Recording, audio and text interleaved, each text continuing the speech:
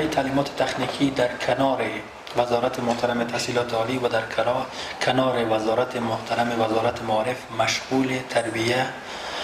انسان‌ها و شاگردا و افغان‌های عزیز ما شما هست. با تفاوت ای که وزارت تحصیلات عالی در بخش عملی بسیار کم داره، اما اداره تعلیمات تکنیکی در کنار از اینکه تئوری داره 60% یا 50%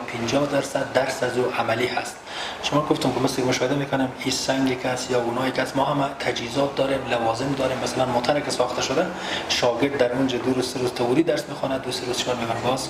عملی میدن درس میخونه و فعلا 83 رشته ما در سراسر در اداره تدریس میشه و 383 مرکز در سراسر افغانستان در 250 ولسوالی و مرکز ما داریم، ما فعالیت داریم که و به علاوه اینها تعلیمات خاص برای نابینایان و ناشنوایان هم مکلفیت اداره که در دیگه جانه در وزارت معارف وجود داره، نه وزارت تحصیلات عالی از صنف اول تا 14 ما اونش کنیم.